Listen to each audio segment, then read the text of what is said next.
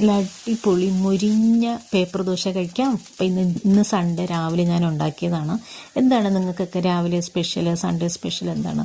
അപ്പോൾ ഈ ഒരു ദോശ ഉണ്ടാക്കാൻ വേണ്ടിയിട്ട് തവ നന്നായിട്ട് ചൂടായതിന് ശേഷം നല്ലെണ്ണ തവയിൽ തേക്കുക. എന്നിട്ട് കുറച്ച് വെള്ളം തളിച്ചു കൊടുക്കുക കേട്ടോ. അപ്പോൾ തവയുടെ ചൂട് ബാലൻസ് ആവും. അതിനുശേഷം ഒരു തവി മാവ് കോരി ഒഴിച്ച് ഇതുപോലെ നൈസായിട്ട് പരത്തി അതിനുശേഷം കുറച്ച് നെയ്യും കൂടെ ചേർത്തിട്ട് ചെറിയ തീയിലാക്കി കൊടുക്കുക. അപ്പം നന്നായിട്ട് മുരിയും.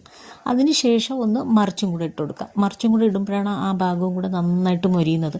ഇങ്ങനെ ഉണ്ടാക്കുന്ന ദോശയ്ക്ക് സാമ്പാറിൻ്റെയോ ചട്നിയുടെയോ ഒന്നും ആവശ്യമില്ല കേട്ടോ. ഇതിന് ഞാൻ ഇന്ന് ഉണ്ടാക്കി എന്താണെന്ന് വെച്ചാൽ ഇതുപോലൊരു മുട്ട ഓംലേറ്റ് ഉണ്ടാക്കി. ഇതിനകത്ത് വേറൊന്നുമില്ല, ഉപ്പിട്ടൊന്ന് കടഞ്ഞതിന് ശേഷം കുറച്ച് കുരുമുളക് പൊടി ഇട്ടിട്ട് മറിച്ചിടാണ്ടാണ് കേട്ടോ ഞാൻ ചെയ്തത്. ഇതിനങ്ങോട്ട് മടക്കി അങ്ങ് എടുത്താൽ മാത്രം മതി. പിന്നെ ദോശപ്പൊടി നിങ്ങൾക്കൊക്കെ അറിയാമായിരിക്കുമല്ലോ, മിക്കവർക്കും അറിയായിരിക്കും. ദോശപ്പൊടി എന്ന് പറഞ്ഞ സംഭവം ഭയങ്കര ടേസ്റ്റാണ് കേട്ടോ. ഇത് ഞാൻ വീട്ടിലുണ്ടാക്കിയ ദോശപ്പൊടിയാണ്. അരി, ഉഴുന്ന്, പിന്നെന്താ തോരപ്പരിപ്പ്, അങ്ങനത്തെ കുറേ സാധനങ്ങളൊക്കെ ചേർത്തിട്ട് വറുത്ത് പൊടിച്ചുണ്ടാക്കിയതാണ്. ഇത് മാത്രം മതി ഈ ഒരു ദോശയ്ക്ക്. ഭയങ്കര ടേസ്റ്റായിരുന്നു കേട്ടോ. ഇത് ഇങ്ങനെ കഴിച്ചിട്ടുണ്ടോ നിങ്ങൾ? കഴിച്ചിട്ടില്ല എന്നുണ്ടെങ്കിൽ ഒന്ന് ട്രൈ ചെയ്ത് നോക്കേ.